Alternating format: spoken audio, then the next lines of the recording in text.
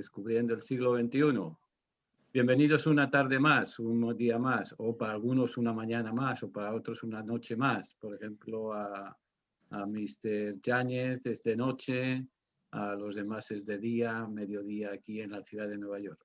Bienvenidos a nuestra tertulia de Descubriendo el siglo XXI, en la cual vamos a conversar, pues como decimos también, de lo humano y lo divino. Vamos a conversar el tema que habíamos marcado, la figura de María, porque estamos cerca de Navidad y Navidad es un invento que se inventaron los romanos. La Navidad real, cuando nace Cristo, es en la primavera. Primavera va avanzadita. Abril, mayo, junio, entre mayo y junio. Porque simplemente leyendo los textos que nos recuerda Lucas, sobre todo Lucas, los pastores estaban pasando la noche en el campo. Pasar la noche en el campo, en esa zona, incluso ahora, hoy en día, en el año 2020, si hubiéramos estado en la primavera, mayo, junio, en la noche en Israel, en la zona de Belén, hace frío. Porque la zona de Belén Belén es un barrio de Jerusalén, que queda a 8 kilómetros del centro de la ciudad vieja. Entonces, está en las montañas del desierto de Judá. En el desierto, por el día, puede subir la temperatura a 100 grados Fahrenheit, a los 37, 40 grados centígrados normalmente. Y en la noche baja a 20 Fahrenheit, que vienen siendo 3 o 4 bajo cero. Entonces, ya eso durante el tiempo normal. Yo he visto en Israel, he pasado algunas navidades en Belén, hacer frío, pero hacer frío de nieve y frío en Belén. Y como comprenderán, las ovejas, tenerlas en el frío, por la noche se mueren todas. Entonces siempre se buscan climas cálidos. Así que ni siquiera sabemos cuándo nació. Sabemos que nació. Los demás, pues a Dios que reparta suertes. Los cristianos del mundo occidental, el mundo europeo sobre todo, los católicos y los reformados, los celebramos en diciembre. Los ortodoxos lo celebran en el 6 de enero, el día de la manifestación del Señor. No buscan el nacimiento, sino la manifestación a todo el mundo. Pero bueno, personajes de este tiempo de Navidad, de este tiempo de Adviento. El personaje fundamental es el Señor, eso ya está obviamente, pero la figura de María. La figura de María que muchos nos han acusado a los católicos de endiosar a María. Cuando no es ninguna diosa, es simplemente una criatura común y corriente. Hoy, precisamente, hoy 12 de octubre, 12 de febrero, 12 de diciembre, con los meses, con las devociones a María, uno se forma un revolú en la cabeza. En diciembre es la Virgen de Guadalupe. La apertura a una nueva realidad geográfica, a una nueva realidad sociológica, a una nueva realidad teológica de la figura del cristianismo, del mensaje del cristianismo, es, por ejemplo, cuando hablamos del 12 de octubre, muchas veces dicen el día de la desgracia. Bueno, también día de la desgracia, pero yo prefiero recordarles siempre el día del encuentro de dos mundos y el día del encuentro de la llegada del cristianismo al diálogo con las religiones preincaicas, precolombinas, perdón. Es el mundo de encuentro. El Evangelio en el fondo lo que trae es un encuentro y la figura es la figura de María. Pero ¿quiénes? Muchas veces hablamos tanta, perdona la expresión, tanta babosada de María que le estamos haciendo un flaco favor, un flaco servicio. Estamos citando citas y cosas. De hecho, hay una cita de San Bernardo de Claraval en la Edad Media que decía, de María nunquam satis, de María nunca se habla suficiente. Recuerdo un profesor que le llamó la atención esa frase y fue a investigar, era esos ratones en la biblioteca, fue a investigar todas las obras de San Bernardo y en ningún sitio aparece esa frase de que de María nunca es suficiente hablar suficiente. Pero bueno, da lo mismo. Ahora, ¿quién es María? Vamos a buscar el hecho histórico. Establecía la existencia de una comunidad creyente. Hay que ver en qué creen los creyentes, valga la redundancia. Entonces, la figura de María es distinguirla a 4 aspectos en la Virgen María. La María de la historia. ¿Qué nos dice la historia? La historia cronológica, la historia que es igual para el romano, que para el griego, que para el chino, que para el hindú, que para la historia. ¿Quién nos dice quién es esa María? Y luego ya nosotros, llevándolo a nuestro corral, a nuestro círculo de reflexión y demás, la María de la fe pascual del Nuevo Testamento. O sea, había un grupo de gente, galileos la mayoría de ellos, que si oyeron hablar y predicar, era muy común en aquella época los predicadores ambulantes. ¿Por qué? Pues por una razón política y sociológica muy importante. En la gran parte de Israel, de lo que es el país de Israel y parte de Jordania, estaba ocupada por los romanos. Primero estuvo ocupada por los griegos, después por los romanos, y estaban hartos de opresión. Entonces, ellos sabían que la liberación les iba a venir, o ellos pensaban, por un líder religioso, el Mesías. Las promesas que habían tenido de liberación, de esperanza y demás, era lo que ellos les iban a salvar. Entonces, esperaban. Entonces, llegaba uno y predicaba una cosa, y llegaba otro y predicaba otra, y llegaba otro y predicaba otro. Y llegó Jesús de Nazaret. Jesús, el de Nazaret, que ni siquiera era de Nazaret, era nacido en Belén. Pero bueno, eso es otra historia. Entonces, este llamó un poco más la atención, porque hablaba el lenguaje común y corriente de la gente, porque se dedicaba a hacer una serie de cosas extrañas, como el extraño era curar a un leproso sin ser médico, o dar de comer y multiplicar los panes sin tener una factoría de panes y una factoría de peces. Entonces, como que ya les empezó a cuestionar un poco. Y entonces, claro, toda la clave va a estar en la figura de la resurrección, la Pascua del Señor. Pues entonces María, la figura humana, la María de la fe pascual neotestamentaria, de la fe que nos representa el hecho del Nuevo Testamento, un punto clave, la presencia de María en la pasión y en la resurrección y en la ascensión de Jesús, que no se ha hablado suficientemente de ella. Y luego después la comunidad que surge en torno a María, en torno a Jesús, en torno a este grupo de seguidores de Jesús, es el grupo, una asamblea, una comunidad. La palabra, para definir en griego, la palabra asamblea y la palabra comunidad, se usa una misma palabra, eclesía, iglesia. Entonces, la María que va a respetar, que va a presentar, que va a tomar como modelo la comunidad creyente.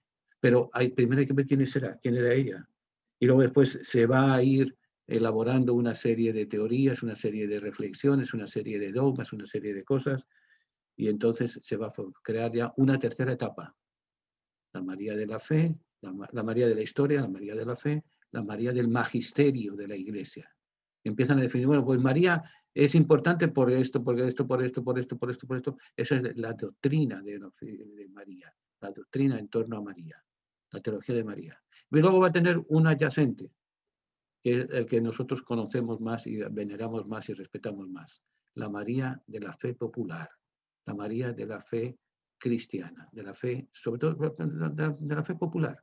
Entonces tenemos las devociones marianas, las devociones, la misma María es Guadalupe, es Cacupé, es Caridad del Cobre, es Providencia, es Chiquinquirá, podríamos viendo un montón yo muchas veces digo, María, como era mujer, se cambia de vestido, como buena coqueta que era mujer, se cambiaba de vestido. Tenemos los vestidos de la Providencia, los vestidos de Cacupé, los vestidos de Loreto, etcétera, en ese sentido.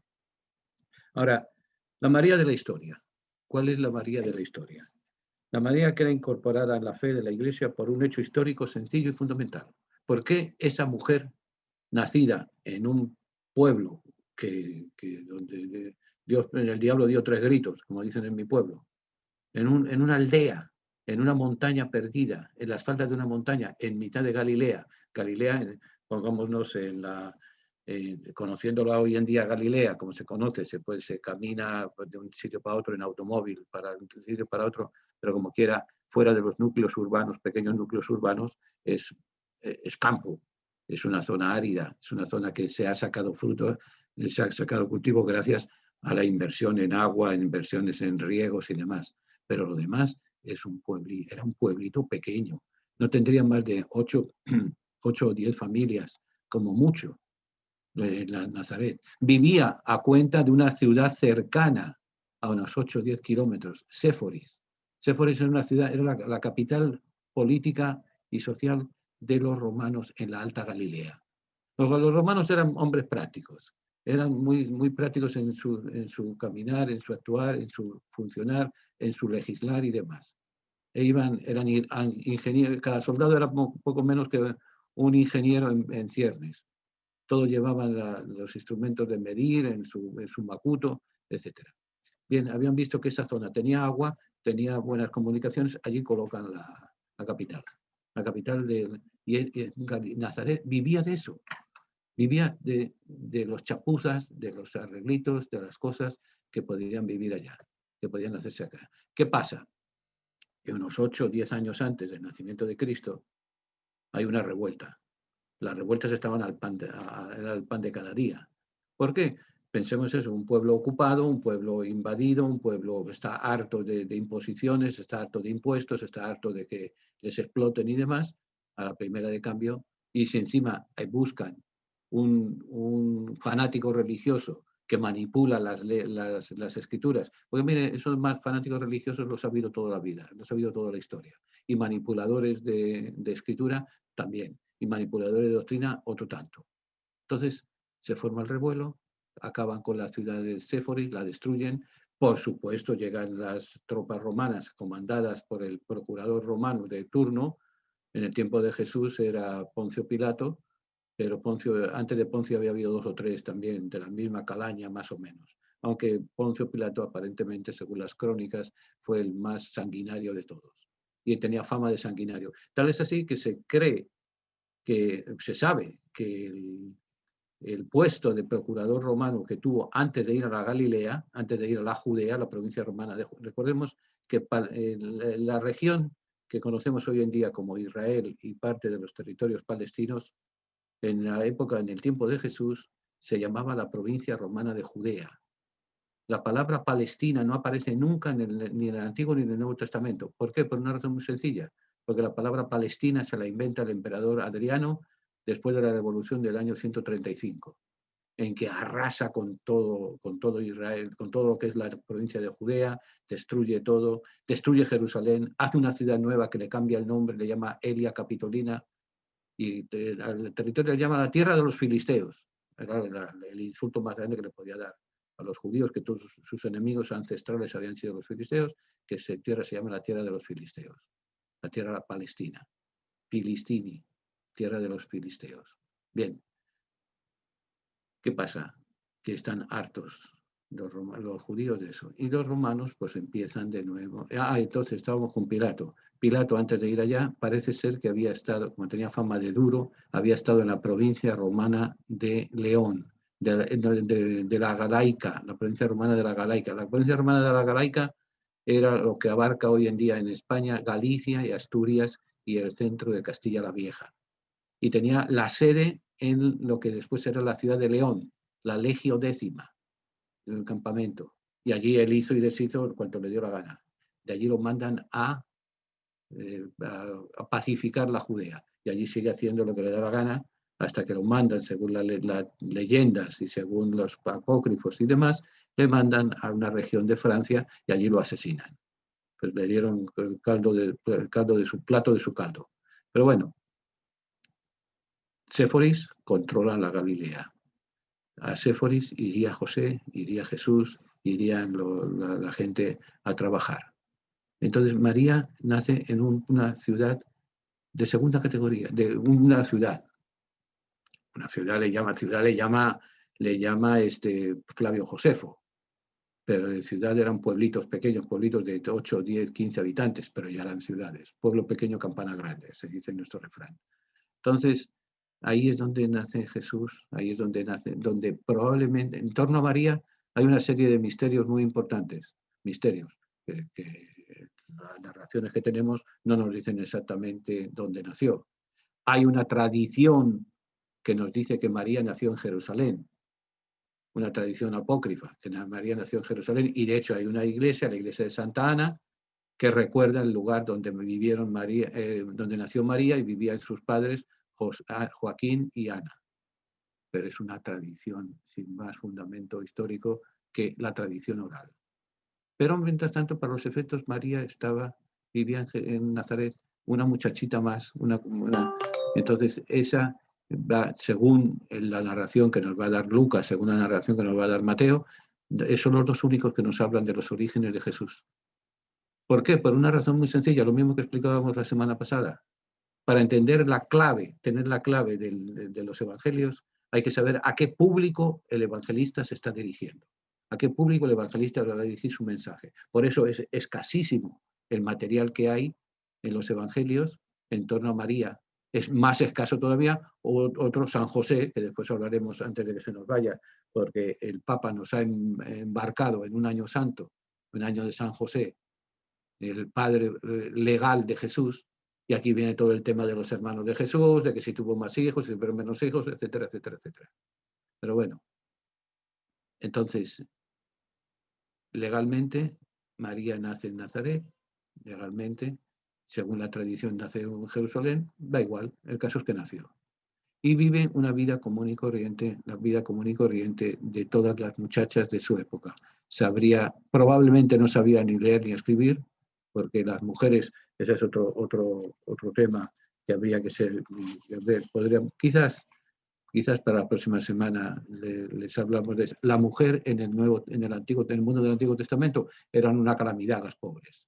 No que ellas se portaran mal, sino cómo las trataban. No tenían derechos de ninguna clase. Por eso no es extraño que las testigos de la resurrección sean precisamente mujeres. ¿Por qué? Jesús, ¿qué es lo que viene a traernos con la resurrección? Una forma nueva de ser y de estar en el mundo. Un paso de la muerte a la vida. Por eso se llama Pascua. ¿Cómo se dice Pascua en inglés? Passover. Paso a través de. El paso de la esclavitud a la libertad. El paso de la muerte a la vida. El paso. Y las testigos de esa nueva sociedad que nace en torno a la resurrección van a ser las más despreciadas, las mujeres. María entonces es una mujer israelita, nacida y domiciliada en Nazaret, y casada con un hombre llamado José. O sea, eso sí nos lo dice Marcos en el capítulo 6, versos 1 y 4, y Lucas en el capítulo 4, versículo 16 al 22.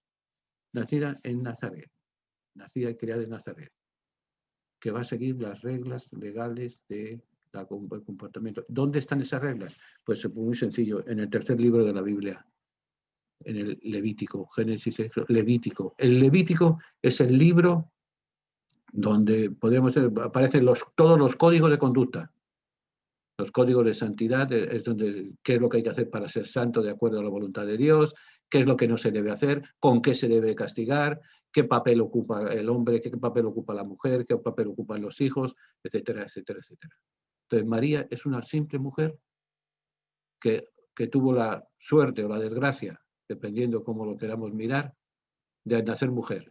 No digo la desgracia porque era una cosa. La mujer se servía para mantener la casa, criar hijos, mantener el marido y cuidar y ser la esclava. Imagínense que cuando a una pareja le cogían metiendo mano fuera del matrimonio, al marido le daban una reprimenda, a la mujer le mataban a pedradas. Tenemos el caso de la mujer pecadora que encuentran cometiendo, la hemos cogido en flagrante delito de adulterio. ¿Qué hay que hacer con ellas? Y Jesús dice, ¿qué es lo que manda la ley? Hay que apedrearlas. Digo, bueno, pues el que esté libre de pecado que tire la primera piedra. Pero eso era contra las mujeres, contra los hombres no. Contra los hombres son una regañina o un que héroe es de los que pone cuernos, etc. Pero la mujer cuando una mujer quedaba viuda, era despreciada y era expulsada de la familia. Por eso la María de Nazaret, cuando queda viuda, porque probablemente en el Evangelio nos habla muy poco de San José, pero nos habla los suficientes rasgos que nos dan son más que suficientes. ¿Por qué no nos habla de María, de José? Pues porque probablemente era viudo. Porque aquí hay otra cosa. Perdón, viudo. Era viuda María. Hay otra cosa muy importante. Siempre se nos ha presentado la figura distorsionada de José, un viejo ya decrépito que va a estar cobrando el seguro social, y María una muchachita de 12, 14 años. No. José tendría de 16 a 18 años y María de 12 a 14 años. Las costumbres en la época, primero los matrimonios los hacían los padres. Eran los que organizaban quién se casaba con quién, qué era lo que aportaba cada uno, etc. Entonces, en la figura de José, María tendría de 12 a 14 años, José 16 a 18. Vamos a ponerle 18, vamos a ponerle 20 para hacer mejor los cálculos. Jesús nació como 8 años antes del año 0. O sea, cuando Dionisio el Breve, el diácono Dionisio el Breve hizo los cálculos, se equivocó y colocó el nacimiento de Jesús unos 8 años más tarde, entre 8 y 11 años. Vamos a ponerle 8 años. O sea, quiere decir, Jesús empieza a predicar a los 30 años. 30 más 8 son 38 años. 38 años, más 20 años que tendría 16, 18, 20 años que tendría José, 38 y 20, 58. Ya estaba más que muerto. La tasa de mortalidad era muy alta, entre los 40, 45, 48 años era el promedio de vida. Entonces, se murió, punto, no hay más vuelta de hoja. Entonces, además, José ocupa un lugar, hay que pensar también otra cosa.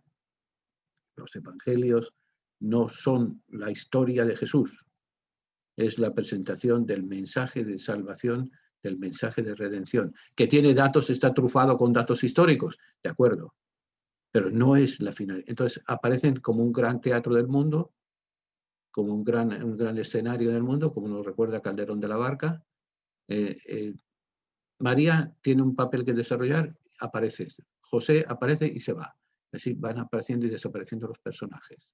Todos tienen importancia. No hay ninguno solo que no tenga importancia, pero ocupan su espacio y se acabó. Entonces su espacio en base a algo muy importante.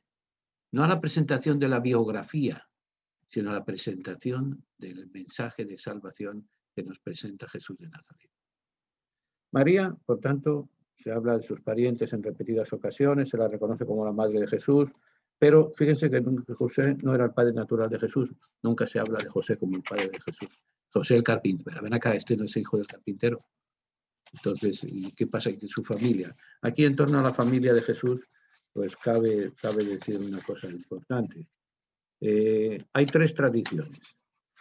La tradición, el Evangelio simplemente nos dice que era primogénito, más nada. Pero decir la palabra primogénito quiere decir que ha habido más descendencia. Entonces, los protestantes interpretan que María y José fueron una familia común y corriente, tuvieron un primer hijo, que fue Jesús, y tuvieron un segundo hijo, un tercer hijo, un cuarto hijo, un quinto hijo, un sexto hijo. Creo que tenía 3 hermanas, 2 hermanas, 3 hermanas, los hermanos de la familia de Jesús. Y aquí paz y en el cielo gloria. La tradición ortodoxa que coincide, la Iglesia ortodoxa que coincide con la tradición católica, es que coincide en algunas cosas.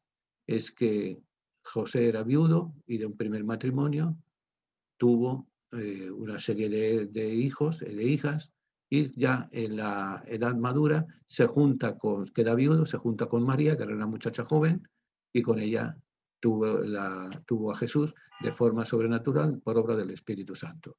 Esa es la tradición católica y ortodoxa. Y la otra tradición que también hay es que no más que hubo uno, fue obra del Espíritu Santo, pero en el mundo semita no existe el concepto de primos, sino hermanos extendidos. Y de hecho es curioso que todavía hoy en día cuando uno va a Israel y va caminando, va en carro, normalmente en carro de Jerusalén no sé, a Hebrón o a Belén, o no, Belén ya no tanto, pues más núcleo urbano, a zonas más o menos de pueblos. Uno distingue enseguida cuál es la casa palestina y cuál es la casa árabe y cuál es la casa judía. La casa judía es de un solo piso y tiene cruce de aguas. La casa palestina, judía, árabe palestina, es una casa y encima otra casa y encima otra casa y encima, porque para los hijos que se casan se quedan viviendo en el ámbito familiar. Entonces se va añadiendo pisos a la casa. Entonces esa es la otra tradición. ¿Cuál es la verdadera? El día después del juicio nos enteraremos. El sector social que pertenecía queda bien definido, tanto por el lugar ordinario de su residencia como por el oficio del propio Jesús. O sea, Jesús de Nazaret, que era un tectón. Hay que tener en cuenta una cosa muy importante. Todo el Nuevo Testamento está escrito en griego. A diferencia del Antiguo Testamento, que está en arameo, en algunas palabras, 600 y pico palabras en arameo, el resto está en hebreo, y algunos libros de los sapienciales están en griego. El Nuevo Testamento está todo él. Perdón un momento.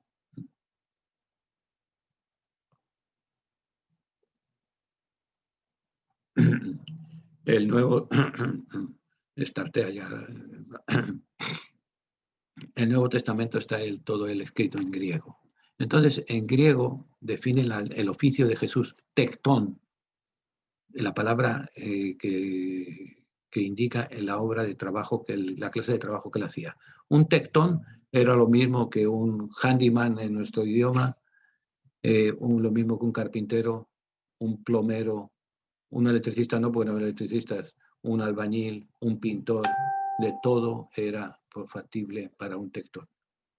Por eso no es extraño que José y Jesús, ya en sus años jóvenes, ya en sus años después de la adolescencia, se fueran a trabajar a Séforis. Porque ya les digo, Nazaret era una aldea de 8 o 10 vecinos, no mucho más. Es más, había una sola fuente de agua que sigue existiendo hasta el día de hoy. Ahora le llaman la fuente de María. Entonces María iría y en las casas, que eran una especie de cuevas, se hacían y que se mantenía la temperatura. La Nazaret está en la loma, en las faldas de una montaña, había cuevas y las cuales usaban para casa de refugio. ¿Por qué? Porque esas cuevas mantenían la misma temperatura de 12-13 grados centígrados todo el año y tenían un conducto para servir de aljibes, tenían agua en la casa. Cuando no había suficiente agua por en el aljibe porque no había llovido, sobre todo los meses de verano, se iba al pozo a buscar agua. El pozo que se llama de María. Bien. María, si nos dice que José y Jesús, sobre todo Jesús, nos dice era un tectón, quiere decir que era un albañil, era un carpintero, era un trabajador de rango inferior. No era ingeniero, ni era arquitecto, ni era militar, no, era un simple trabajador que probablemente tendría que ir todos los días o cada 2 o 3 días a Séforis a trabajar o a hacer cualquier chapuza que ocurriera en su alrededor. María, por tanto, es una condición, aun cuando se discute si realmente María había nacido en Jerusalén de familia sacerdotal. Pensemos eso, que los sacerdotes del Antiguo Testamento pertenecían a la tribu de Leví, de ahí donde se escogían, y era un oficio más. No necesariamente todos los levitas eran sacerdotes, pero trabajaban en torno a la estructura del templo, a las cosas que funcionaban en el templo de cada día. Entonces tenían sus turnos. ¿Por qué se dice esa posibilidad de que Joaquín fuera de la casta sacerdotal? Por la conexión con Isabel. El esposo de Isabel, Zacarías, era miembro del grupo sacerdotal y cada cierto tiempo tenían que estar un mes en el templo ofreciendo los sacrificios y el resto del tiempo pues, se volvían a su casa y allí pues vivían de lo que podían, pues, atendiendo la sinagoga, haciendo algún negocio, o sea, ellos ya tenían pensemos que de los 2 mandamientos originales de la ley judía, de la ley del beduino, eran honrar a Dios es uno y solo y honra al emigrante, al que pasa junto a ti, al caminante del desierto. De esos 2, Moisés los estira, los hace 10 mandamientos. Y los fariseos y levitas y escribas del templo habían hecho 613 mandamientos. Jesús lo hace uno, lo comprime en uno solo, pero 613 mandamientos. Y ahí estaban lo que se debía hacer y lo que no se podía hacer. Entonces, los que hacían eso eran la casta sacerdotal. Bien, Joaquín parece ser que era ya sacerdote venido a menos ya anciano, y por eso se traslada a Nazaret, donde María nace. Donde María nace según una corriente, donde María nace donde María se cría según otra corriente. Era un ambiente social pobre, modesto. Esta modesta social aparece encuadrada tanto en el sistema político como en el sociocultural del tiempo de Jesús. ¿Por qué sabemos que era de gente sencilla? Porque se muestra cumpliendo las leyes imperiales. La ley imperial manda que el censo se haga. Entonces había que ir. ¿Y cuál era la razón de hacer el censo? Saber cuántos ciudadanos había en la provincia romana. ¿Para qué? Para que pagaran impuestos. En el fondo era una cuestión de impuestos, una normativa romana. Como buena israelita, se casa. Había otros miembros de otros grupos étnicos que se juntaban como tenemos hoy en día. Hoy en día se juntan, se desjuntan, se rejuntan, se vuelven a juntar y se juntan de un lado, se juntan de otro. Y no, la israelita seguidora, si pertenecía a una casta sacerdotal, como parece ser, dan a entender los datos de los evangelios apócrifos, era perfecta observante del libro del Levítico. Circuncida al niño al 8º día. O sea, sigue la ley. A los 8 días había que... ¿Por qué a los 8 días? Por una razón muy sencilla. La mortalidad infantil por cuestiones higiénicas era muy alta. Por eso se permite en ciertas religiones del área, como es por ejemplo los musulmanes, se permitía que tuvieran hasta 4 esposas a la vez. ¿Por qué? Porque la mortalidad era muy alta. Y para evitar que esos niños que habían, y sobre todo la mortalidad era alta en el momento del parto, para evitar que esos niños quedaran sin madre, pues se tendrían madres sustitutas, madres alternativas, para poder atender la familia. Circuncida el 8º día, ¿por qué? Porque si ha habido algún problema en el parto, y la circuncisión es exclusiva de los varones, no de las hembras. Es la marca que Dios hace, es un acuerdo que hay tribal. También se ha aparecido en algunas dinastías egipcias el fenómeno de la circuncisión. Lo presenta al templo con la oblación de los pobres. En Lucas 2, 22 y 24 nos lo recuerda. Y peregrina finalmente con su familia a Jerusalén con ocasión de las fiestas de Pascua. O sea, una familia devota judía. Es donde da a entender, probablemente se elucubra, de que esa pertenecía efectivamente a una casta sacerdotal, a un grupo, a una familia que había nacido dentro en el amparo del templo, de la ley del templo. En el Evangelio aparece un cierto desconcierto entre María y su hijo. Es un desconcierto que parece haberse iniciado en la misma infancia, dado que, como atestigua Lucas, con ocasión del acontecimiento en el templo, los padres no comprendieron lo que quería decir Jesús. ¿Qué ocurrió? Muy sencillo. Muchachito se iba criando, pues como todos los niños de hoy en día y como todos los niños de aquel día, de aquel tiempo. Riéndose, no riéndose, jugando, no jugando, molestando, no molestando, etc. Pero los padres devotos creyentes iban a partir de cierta edad, después de haber pasado todo el revuelo, esa es otra historia, Mateo. O sea, hay más cercanía a la historia real, lo poco que hablan los evangelistas, porque hablan poquísimo, por no decir nada, Mateo y Lucas. Es más cercano a la realidad el Evangelio de Lucas que el testimonio de Lucas que el testimonio de Mateo. Pero no vamos a entrar en discusiones, porque entonces nos llevaría, no digo una tarde, sino un curso entero. Cada cierto tiempo, era la Pascua, subían al templo a ofrecer el sacrificio. Y la forma de caminar era, pues, como trasladarse, pues muy sencillo, a pie. La mayoría, a no ser que se fuera con cierta situación económica, que se tendrían caballos, se tendrían burros, lo demás era a pie. Y se tardaban varios días. Normalmente se hacía un promedio de 30 kilómetros diarios, o sea, unas 20 millas diarias, caminando. ¿Y cómo iban? Iba un grupo de hombres delante, en medio iban mujeres y niños, y cerrando el grupo, nadie en su sano juicio se tiraba solo a la calle, se tiraba solo a trasladarse a Jerusalén, a no ser que tuviera una pequeña guardia personal y demás, no se tiran solos a la calle. Entonces, llega la primera jornada, lo más probable que hicieron Jerusalén, la bajada a Jericó, y de la bajada a Jericó seguir por el sendero que va bordeando el Jordán hasta llegar a Nazaret. Eso lleva una semana más o menos de camino. Buscan al muchachito, el muchachito no está. Hay que buscarlo. Lo encontrarían probablemente a las pocas horas, pero hay que tener en cuenta un dato muy importante. El Evangelio no es una lectura, no es una crónica exacta de los hechos. Lucas lo pone 3 días perdido. 3 días para encontrar a Jesús.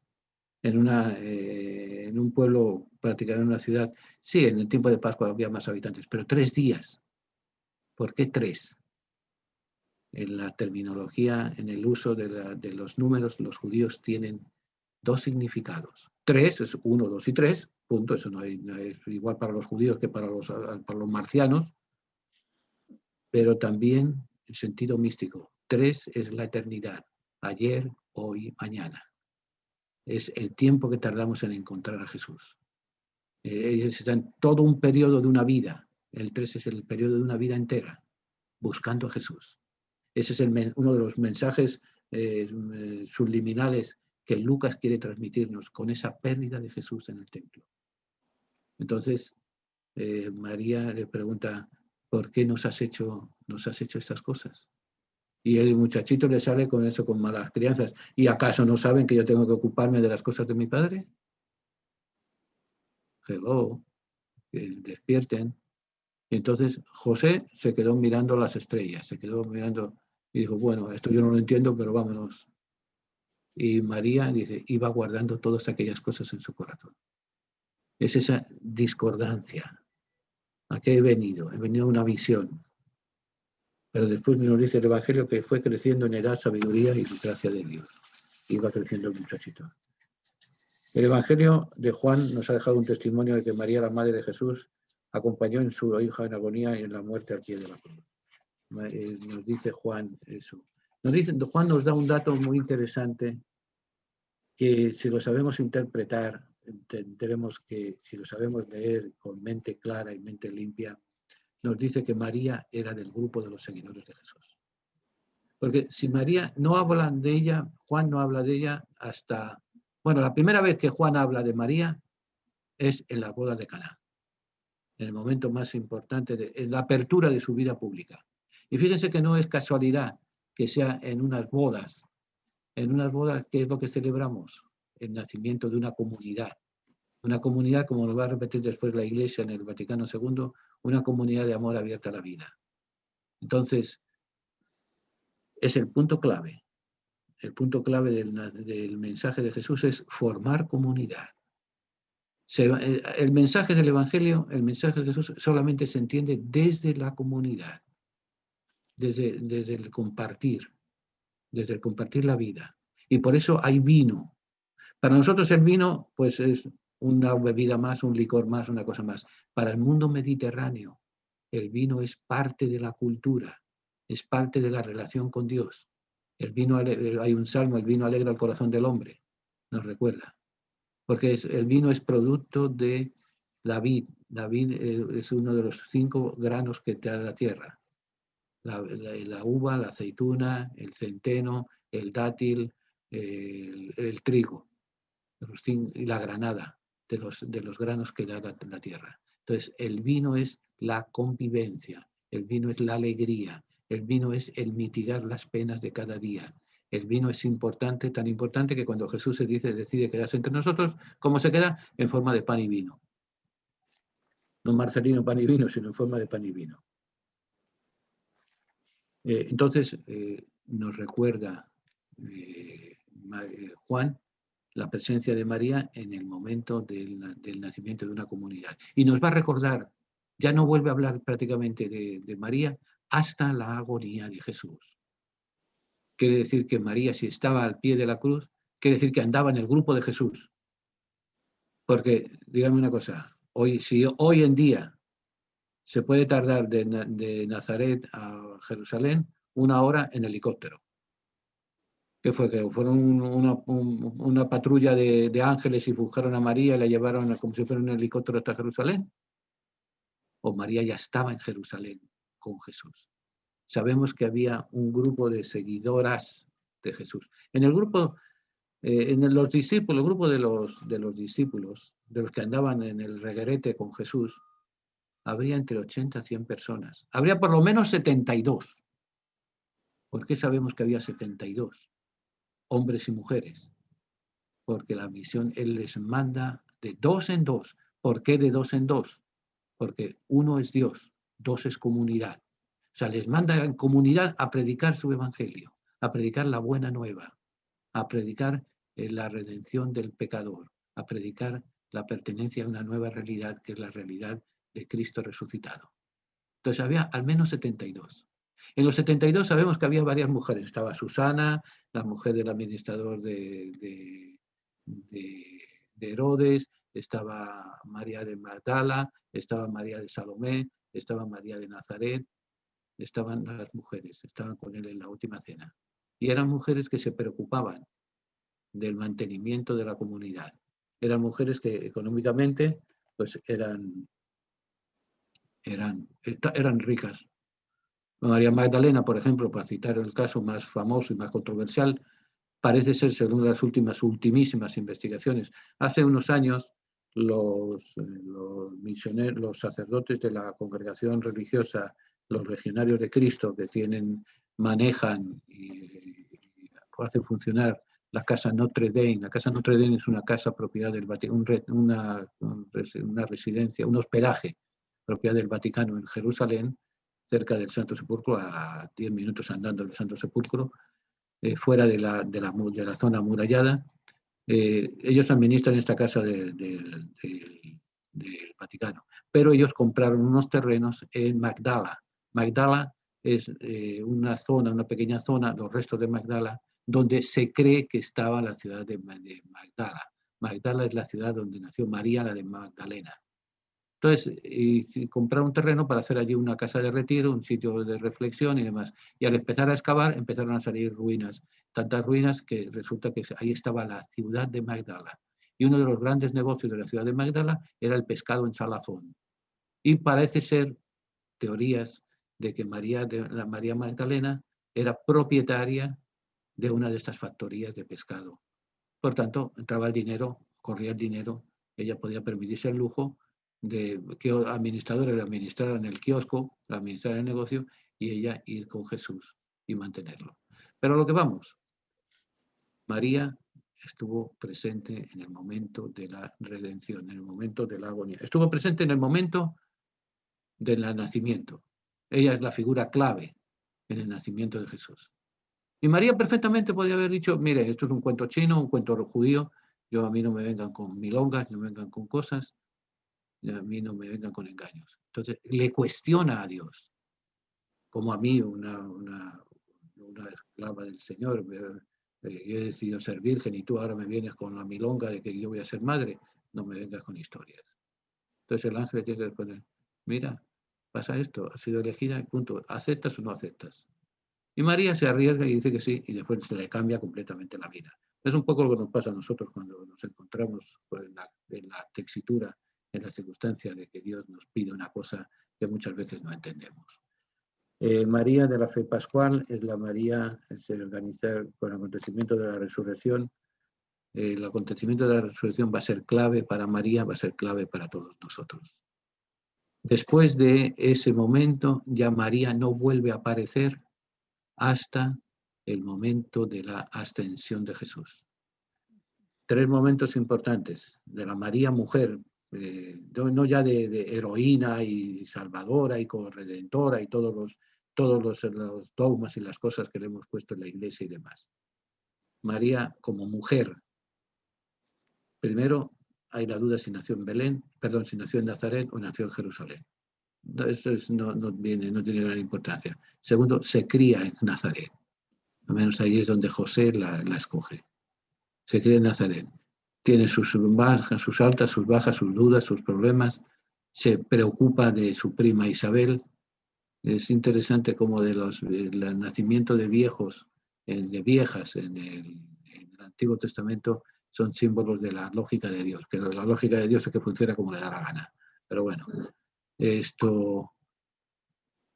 infancia. La infancia de María la conocemos a través de los apócrifos, sobre todo el apócrifo de Felipe y el apócrifo de Santiago. Nacimiento de Jesús, huida a Egipto, con todo lo que ello implica, los que somos emigrantes de una forma u otra, sobre todo emigrantes políticos, como fueron nuestros hermanos cubanos, nuestros hermanos centroamericanos, nuestros hermanos colombianos que han tenido que huir por el narcotráfico y demás, y por las guerrillas y demás, sabemos lo que eso significa. El que de noche a la mañana te despierte el ángel y te diga, recoge los motetes y lárgate porque quieren matar al hijo, quieren matar al muchachito. Y llegar a Egipto, en Egipto se habla el egipcio, en Israel se habla el arameo y el hebreo. Entonces son dos idiomas distintos. Entonces se encontrar con el problema cómo buscar trabajo y cómo buscar el pan de cada día si se habla un idioma distinto. Eso lo hemos pasado más de uno y más de dos, ¿verdad? Pues eso lo pasó María, José y el niño. ¿O qué piensan? Que por el hecho que eran María, José y el niño, había un delivery todas las semanas que le traían la compra y tenían los angelitos que le limpiaban la casa y que María y José se dedicaban a rezar. No, venga, con historias, ya somos adultos. Entonces, de María vuelve a hablar con la adolescencia de Jesús, esa discordancia. ¿Por qué nos has hecho esto? Yo me encargo de mi padre, de las cosas de mi padre. Ya después no conocemos de María hasta las bodas de Caná, hasta el momento en que nace la gran misión de Jesús. Y quiere darnos esa clave. La gran misión de Jesús es una misión comunitaria. Es personal la respuesta que tenemos que darle a Dios, pero es para formar comunidad. Solamente se entiende en su plenitud el mensaje de Jesús desde la comunidad, desde el encuentro, y el encuentro con María, el encuentro con José, el encuentro con los discípulos, es ese encuentro comunitario.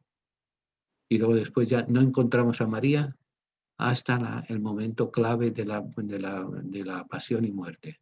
No nos dice el Evangelio, en las narraciones que tenemos en torno a la resurrección, no nos dice que se apareciera a María, pero había un común sentir de la fe de que la primera de las primeras a las que se aparece es precisamente María. O sea, ellos le daban por obvio. Pero como quiera, si estaban, después ya nos habla, en la última vez que nos habla, en el libro de los Hechos de los Apóstoles, cuando Jesús parte al cielo, nos dice, eran unánimes en la oración, en el compartir del pan, en torno a María, la madre de Jesús. O sea, María se va a convertir en el aglutinante de ese grupito de discípulos que habían visto todo su mundo venir abajo. María va a ser la animadora de la comunidad. Luego ya después se va a elaborar la teología, las devociones, etcétera, etcétera, etcétera. Pero María nos muestra, mujer de su tiempo, sometida a una serie de leyes religiosas, a una serie de leyes sociales, a una serie de leyes de conveniencia muchas veces, obediente al esposo, obediente a su hijo, supeditada a su hijo, y que se nos presenta la clave para entender a María, nos la da San Lucas. Diálogo con Dios. No tener dificultad alguna en cuestionarle a Dios.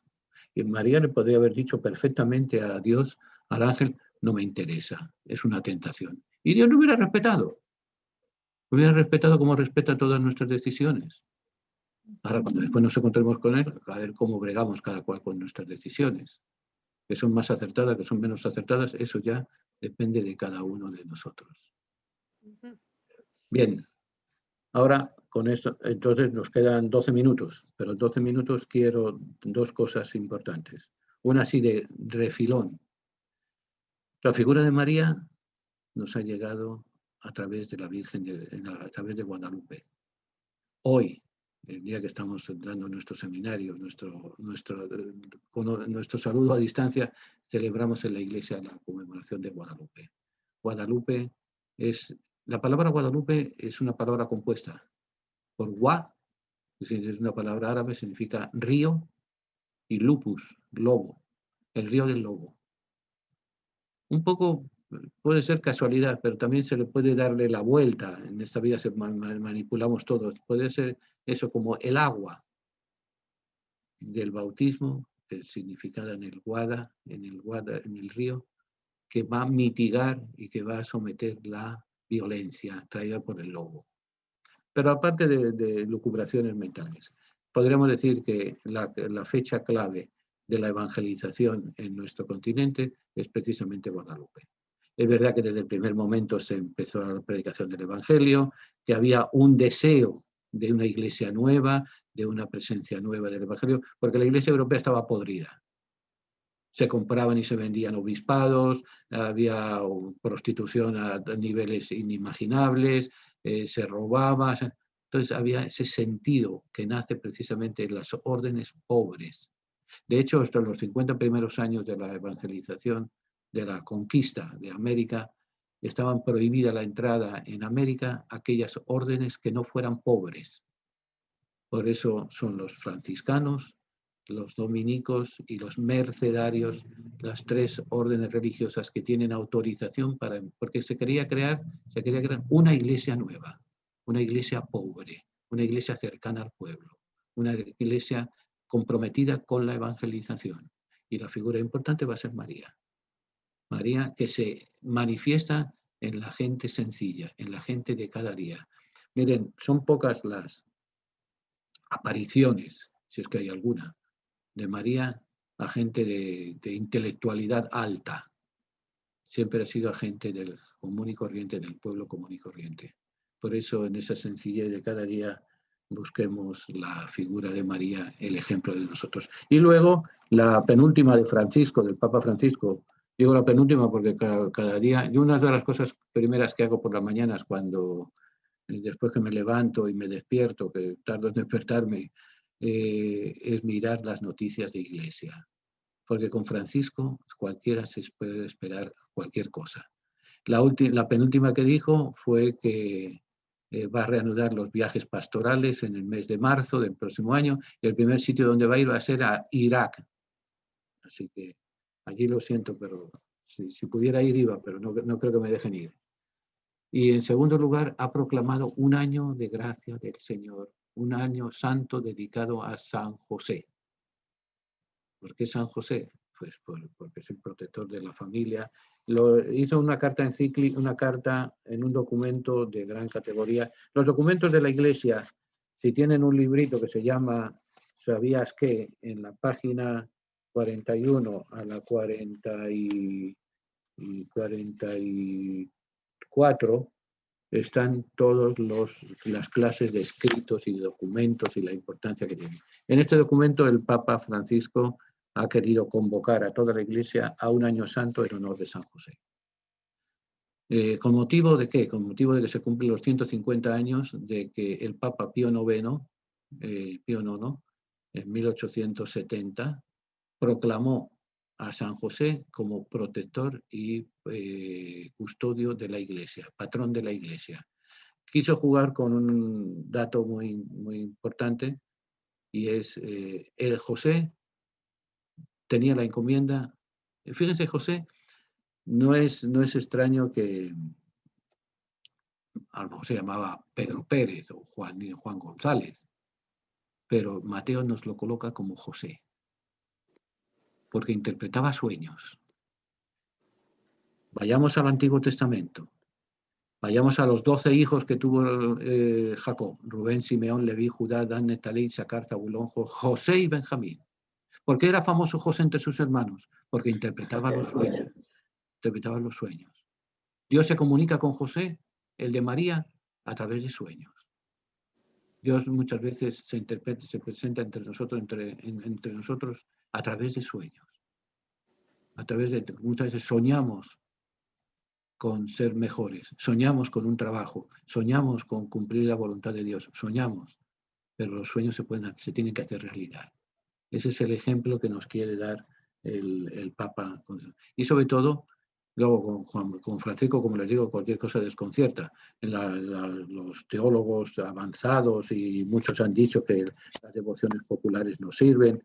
La devoción popular, como nos recuerda el Papa Pablo VI, San Pablo VI, en la encíclica sobre el anuncio del Evangelio hoy, la religiosidad popular es una forma primera de evangelización. Llegamos a Dios a través de ¿qué? Del rosario de la aurora, a través del rosario de difuntos, a través de la novena tal, a través de la novena cual, a través de la devoción del agua bendita, a través de los sacramentales. Recordemos que la palabra sacramento es una palabra latina que tiene dos palabras: sacrum momentum, momento sagrado. Lo sagrado es cuando Dios se hace presente en nuestras vidas. Por eso las devociones populares son importantes.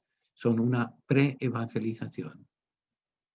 Y por eso Francisco nos quiere dar esa pre-evangelización. Y luego Francisco es consciente de que la Iglesia está pasando por eso, la salsa del Guayacán, como dicen en Puerto Rico.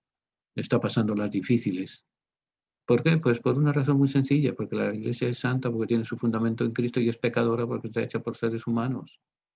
Y la Iglesia la formamos todos, el Papa, los obispos, el Papa, los cardenales, los obispos, los sacerdotes, las monjas, los diáconos y hasta el último bautizado. Y somos seres humanos, que tenemos que ser luz de las gentes, que esa luz de las gentes se alimenta de la palabra de Dios y que celebra a Dios a través de la Eucaristía, a través de la liturgia, y que está atenta, abierta a las alegrías y las esperanzas, a las penas y las tristezas de los creyentes, porque nada humano le debe ser ajeno al creyente. Por eso habría que, fíjense que es interesante, nos dice el Papa que va a ir a Irak, uno de los lugares más conflictivos que hay en estos momentos en el mundo. ¿Pero por qué? Porque ahí va a donde está el hermano sufriente. Y nos está recordando, hay que ayudar al hermano. Y que nos pedimos la protección de José. José, el hermano importante, el hermano cercano, el hermano que está sufriendo y que nos protege en todo momento. Por eso, juntemos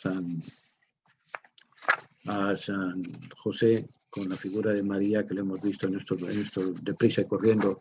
Fíjense que este tratado, recuerdo cuando estudiaba teología, nos llevó como la figura humana de María unas 3 o 4 semanas, porque claro, hay que ver el contexto. Recuerden una cosa muy importante, para poder sacar decisiones importantes en nuestra vida, hay que ver el contexto para poder leer el texto, porque si no tendremos un pretexto para manipular las cosas. Aquellos que sin más abren la Biblia y ponen Dios está aquí, a que la Biblia me ha dicho no. El contexto en el cual nos está hablando Dios, en qué contexto vamos entonces a ir respondiendo a Él. Y vamos a terminar nuestra tertulia de hoy con una oración a Nuestra Señora de América.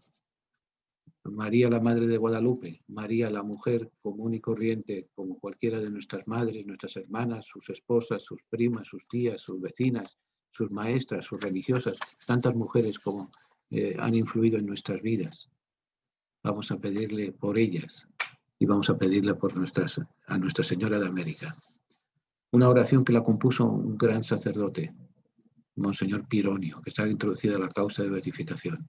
Ya se hablaba, se chismeaba cuando murió Pablo VI, que uno de los candidatos que hubieras ocupado, que se rumoreaba, era precisamente Monseñor Pironio. Él es el que compuso esta oración. Virgen de la Esperanza, Madre de los pobres, Señora de los que peregrinan, óyenos. Hoy te pedimos por América, el continente que tú visitas, con tus pies descalzos, ofreciéndole la riqueza del niño que aprietas en tus brazos. Un niño pobre que nos hace ricos, un niño esclavo que nos hace libres. Virgen de la Esperanza, América despierta. Sobre sus cerros despuntan la luz de una mañana nueva. Es el día de la salvación que ya se acerca. Sobre los pueblos que marchaban en tinieblas brilla una gran luz. Esa luz es el Señor que tú nos diste hace mucho en Belén a medianoche. Queremos caminar en la esperanza. Madre de los pobres, hay mucha miseria entre nosotros. Falta el pan material en muchas casas. Falta el pan de la verdad en muchas mentes. Falta el pan del amor en muchos hombres. Falta el pan del Señor en muchos pueblos. Tú conoces la pobreza y la viviste. Danos alma de pobres para ser felices. Pero alivia la miseria de los cuerpos y arranca del corazón de tantos hombres el egoísmo que embrutece y que empobrece. Señora de los que peregrinan, somos el pueblo de Dios en América. Somos la iglesia que peregrina hacia la Pascua. Que los obispos tengan un corazón de padre. Que los sacerdotes sean los amigos de Dios para los hombres. Que los religiosos muestren la alegría anticipada del reino de los cielos. Que los laicos sean ante el mundo testigos del Señor resucitado y que caminemos juntos con todos los hombres y mujeres compartiendo sus angustias y esperanzas. que los pueblos de América vayan avanzando hacia el progreso por los caminos de la paz y la justicia. Nuestra Señora de América, ilumina nuestra esperanza, alivia nuestra pobreza, peregrina con nosotros hacia el Padre. Amén.